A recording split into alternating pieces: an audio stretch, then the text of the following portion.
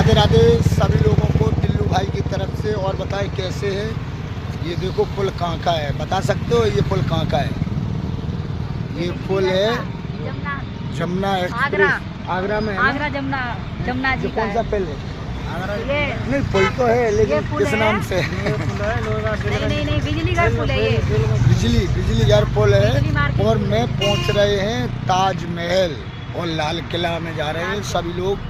वहाँ बहुत भैया लोग पहुंच रहे हैं। और ये देखो भाभी जी भी जा रही हैं, मेरे साथ ही हैं। हाँ मैं भी जा रही हूँ, जिसको आना है वो आ जाए और भैया का पूरा सपोर्ट दें। और मैं भी इनके साथ जा रही हूँ, देवी दिल से पूरा सपोर्ट करूँगी।